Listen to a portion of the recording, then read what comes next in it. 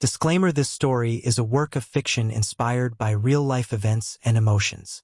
Any resemblance to actual persons, living or deceased, or actual events is purely coincidental. The intention of this narrative is to entertain and engage the audience, not to offend, defame, or harm any individual or group. Sensitive topics such as love, betrayal, and relationships are explored in a dramatic and emotional context for storytelling purposes only. Viewer discretion is advised, as the content may be emotionally intense for some audiences. Emily had always been the kind of woman who believed in small surprises to keep love alive. At 32, she had been married to Daniel for 8 years, and though their marriage had seen its share of ups and downs, she still clung to the hope that their connection was strong. They had once been inseparable, spending weekends at the beach, cooking together late at night, and sharing dreams over cups of coffee in the quiet hours before sunrise. But lately, something had shifted. Conversations felt shorter, Daniel seemed distracted, and their laughter had grown less frequent. Emily chalked it up to stress from work and the normal ebb and flow of long-term relationships. When she received news that her 3-day business trip in Chicago would end a day earlier than planned, her first instinct wasn't to call and tell Daniel. It was to surprise him. She imagined his face lighting up when he saw her walk through the door unexpectedly. She even bought his favorite dessert from a small bakery near the airport and tucked a small, neatly wrapped gift into her purse. A wristwatch she'd been saving for months to buy, something she thought would remind him of the time they had shared and the years still ahead. The thought of rekindling their romance made her heart light. On the flight home, she stared out the window, picturing their evening together. A warm hug at the door, a shared dinner, and maybe even a quiet dance in the living room like they used to. She had no reason to suspect that anything was wrong. If anything, she was excited to bridge whatever invisible gap had formed between them. By the time her taxi pulled up to their suburban home, the late afternoon sun was casting a golden hue across the driveway. Emily took a deep breath, balancing her luggage in one hand and the dessert box in the other. She smiled at the thought of hearing Daniel's voice calling her name in surprise. There was a comforting familiarity in the sight of their house, the garden she had planted in spring, the curtains she had chosen, the faint hum of life inside. Everything seemed perfectly ordinary. Yet, as she walked up the steps, a strange sensation brushed against her excitement. The front door was unlocked, which was unlike Daniel. She pushed it open slowly, expecting to hear the usual sound of the TV or music from his speakers. Instead, a calm, almost too perfect silence greeted her. Still, Emily's mind was far from suspicion. She thought he might be upstairs working or in the kitchen cooking dinner. What she didn't know was that the moment she had been replaying in her mind, the warm hug, the smile, the laughter, would never come. She had come home early for love, but she was about to witness something that would change her life forever. Emily stepped inside, her heels clicking softly against the wooden floor. The air inside felt warm but unusually still, like the moment before a storm. She set her luggage near the hallway and placed the dessert box on the kitchen counter. Her eyes instinctively scanned the room. Everything appeared exactly as she had left it 3 days ago. The framed photos on the mantel still smiled back at her. The throw blanket was still folded neatly over the couch, and the faint scent of Daniel's cologne lingered in the air. But then, she noticed something small, almost insignificant. 2 coffee mugs on the counter, both recently used. The steam was gone, but the faint coffee ring at the bottom told her they weren't from this morning. Her brow furrowed slightly. Daniel rarely drank coffee in the afternoon, and if he did, it was always alone. The second mug was a detail that didn't fit, like a puzzle piece in the wrong box. She brushed it off with a soft laugh. Maybe he had a friend over from work. Maybe he'd invited a neighbor in for a quick chat. She tried to focus on the positive, telling herself not to overthink. After all, she had just walked through the door. Still, the little details kept tugging at her attention. A faint scent drifted through the air, sweet and floral. Definitely not her perfume. She paused, sniffing the air again, trying to remember if Daniel had bought a new air freshener. It wasn't unpleasant, but it was unfamiliar. Emily's footsteps carried her into the living room, where she noticed the TV remote lying on the floor. The screen was dark, but the impression on the couch cushion suggested someone had been sitting there not long ago. She glanced at the clock. It was just past 4 in the afternoon. Daniel should have been working in his home office upstairs, but the quietness of the house felt unnatural, almost staged. Then she heard it. A faint, muffled sound, like laughter. It came from somewhere deeper inside the house. Her heartbeat picked up slightly, though she didn't quite know why.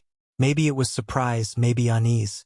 She moved slowly toward the sound, each step measured and cautious without even realizing she was holding her breath.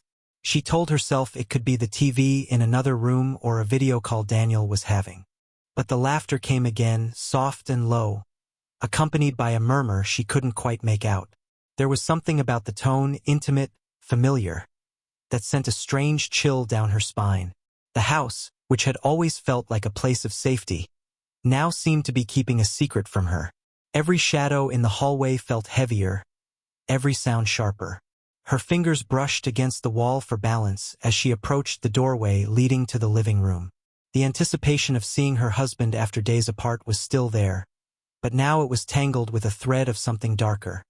Something she couldn't yet name but would soon understand all too well. Emily's footsteps slowed as she neared the living room doorway. The air felt heavy now, pressing against her chest. Her hand, still clutching the strap of her purse, trembled slightly. She had no reason to expect anything, and yet something inside her whispered that what she was about to see would not match the picture she had painted in her mind on the flight home. The laughter came again, this time clearer, followed by the low murmur of a man's voice. It was Daniel's voice, warm and familiar, but softer than usual, as if he were speaking to someone he wanted close. Emily froze mid-step, her heart pounding in her ears. She inched forward, the edge of the wall cool against her palm, and leaned just enough to peer into the living room. The sight hit her like a physical blow. Daniel was on the couch, his body angled toward a woman seated close beside him. Their knees touched, and their hands were intertwined in a way that made Emily's stomach twist. Her mind struggled to process what her eyes were telling her. The woman's head tilted toward him, her lips curled in a small, knowing smile. Emily's breath caught when she realized who it was. Rachel, her best friend since college. The person she had trusted with her secrets, her joys, her fears. The woman who had stood beside her as maid of honor at her wedding. Daniel's thumb gently brushed across Rachel's hand as if they had done this countless times before.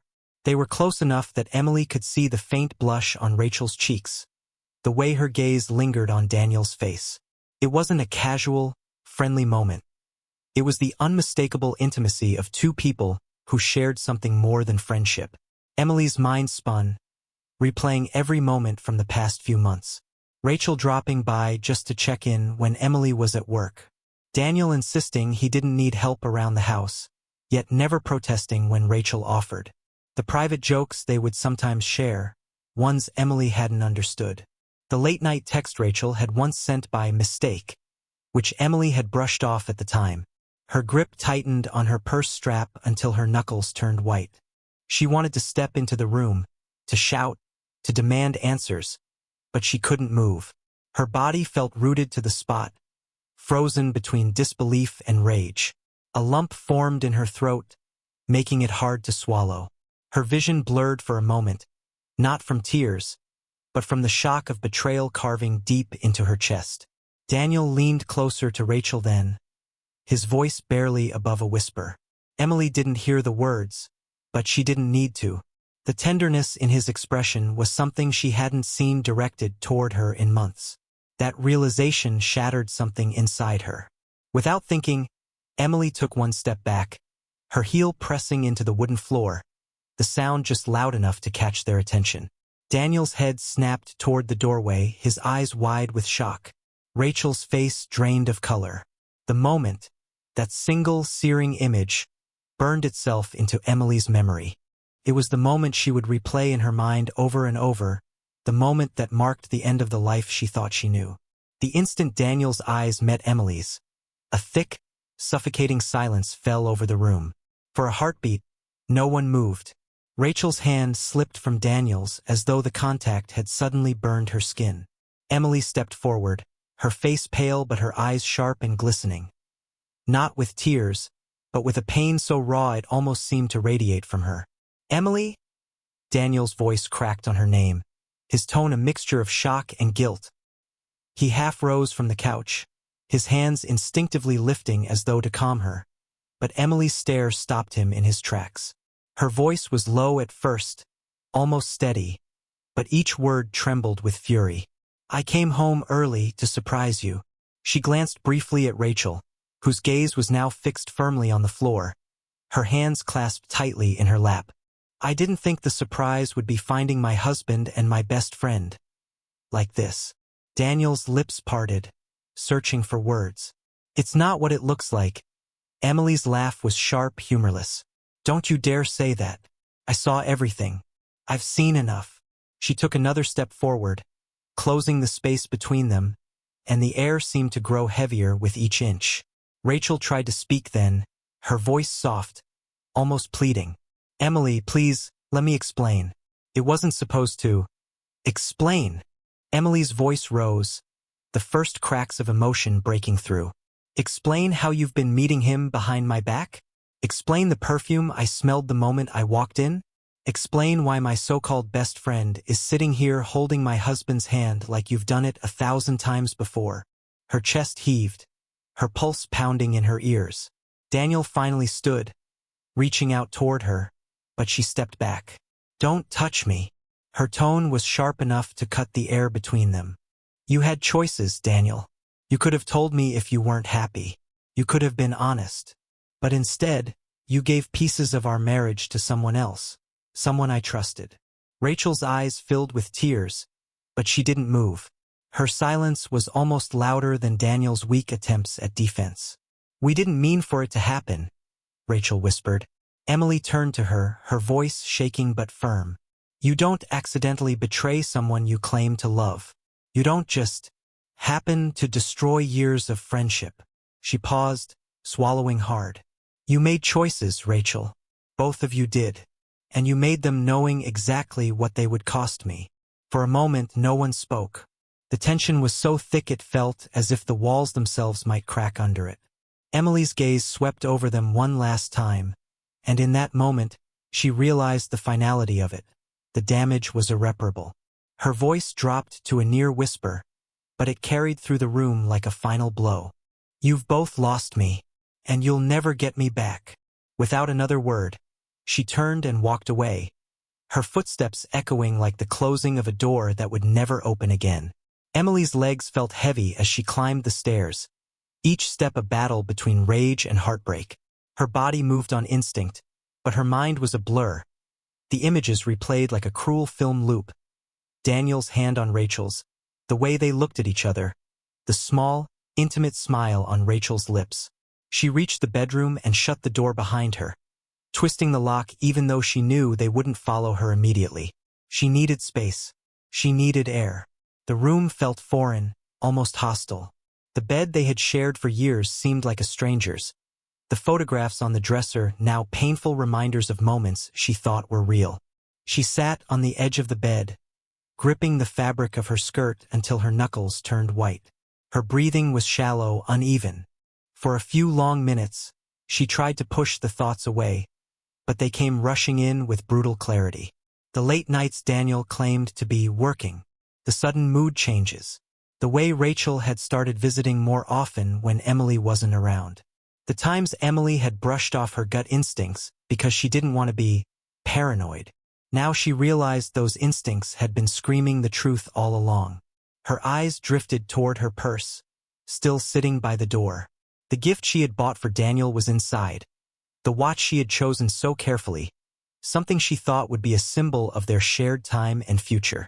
The sight of it made her stomach twist.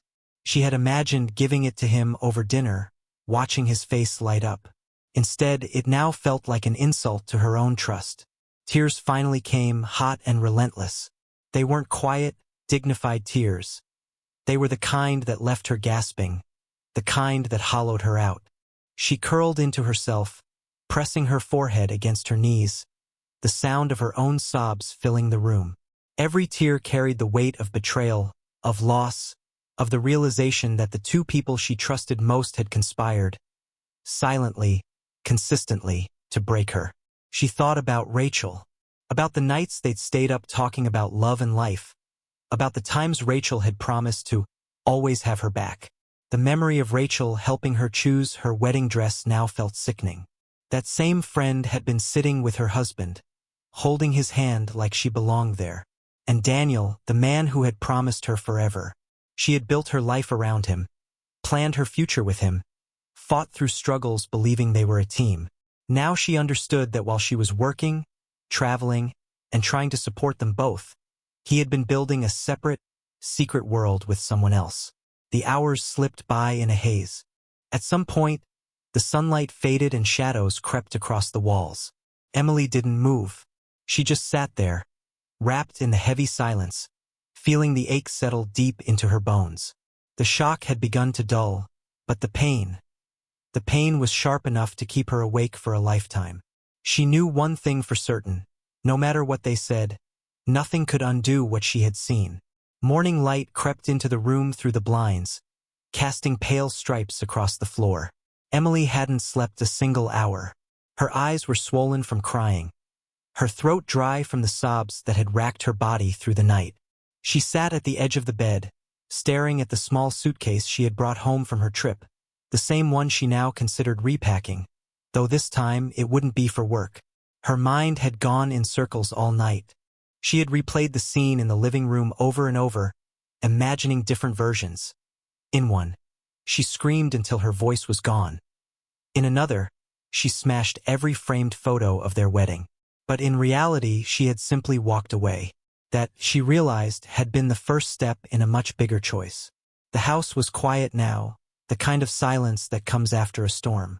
She didn't hear Daniel moving around, and Rachel was long gone. She imagined Daniel downstairs, probably rehearsing what to say, probably hoping she'd be willing to listen. But Emily's heart had made its decision in the instant she saw his thumb brushing across Rachel's hand. Trust, the foundation of their life together, had collapsed in that single moment, and no amount of words could rebuild it. Her gaze fell on the gift bag sitting untouched near the door. The watch inside no longer felt like a romantic gesture. It felt like a monument to everything she had believed, and that wasn't real. She picked it up, held it for a moment, then set it back down on the dresser. "No," she whispered to herself, her voice hoarse. "I'm not giving him another second of my time." Emily stood and walked to the closet. With slow, deliberate movements, she began pulling her clothes from hangers, folding them into her suitcase. She packed not just essentials but the small personal things she couldn't imagine leaving behind. Her journals, her favorite sweater, the necklace her mother had given her. Each item went into the bag like a quiet act of reclaiming her own life. Her phone buzzed on the nightstand. It was a message from Daniel: "We need to talk. Please don't leave." She stared at the words for a long moment, then placed the phone face down without replying. By the time she zipped her suitcase shut, her decision was firm. She wasn't leaving because she was weak or because she couldn't handle the pain. She was leaving because she finally understood her worth, and she refused to stay in a place where love had turned into betrayal. She took one last look around the bedroom, the room that had once been a sanctuary but now felt like a museum of broken promises. Then she picked up her suitcase, squared her shoulders, and walked toward the door. Every step felt lighter, not because the pain had vanished, but because she was walking away from the people who had caused it. Months had passed since that day, but the memory of walking into the living room and seeing Daniel with Rachel still came back sometimes. Not with the same searing pain, but like a faint scar she could trace with her thoughts. Emily had left the house that morning without looking back, moving into a small one-bedroom apartment across town. The first few weeks had been the hardest.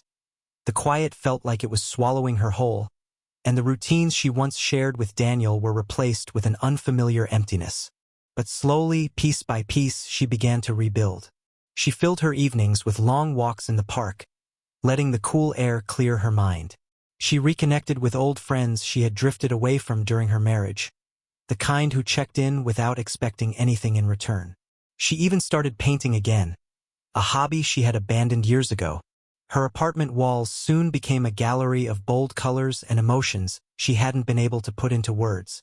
At first, Emily struggled with the idea of trust. She questioned people's motives, kept her circle small, and guarded her heart fiercely. But over time, she learned that the betrayal she had endured was not a reflection of her worth, but of the choices Daniel and Rachel had made. Their actions were theirs to carry, not hers. She wasn't broken. She had been wounded, yes, but wounds could heal. One afternoon, while sipping coffee at a cafe near her apartment, Emily caught sight of a young couple laughing together at the next table. For a moment, a pang of sadness flickered through her, but it was quickly replaced with something unexpected: hope. She realized that while love could hurt, it could also heal, and when she was ready, she could open her heart again. Looking back, she saw that leaving had been the bravest thing she had ever done. Staying would have been easier in the short term, at least logistically. No moving boxes, no starting over. But it would have meant living in the shadow of a trust that could never be restored. Walking away had forced her to face the unknown, and in doing so, she had found herself again. In a voiceover, Emily would tell her audience, "The worst day of my life was also the first day of my freedom. If you've ever been betrayed, know this: it says nothing about who you are and everything about who they are. You are worth more than secrets and lies. You deserve love that doesn't make you doubt yourself.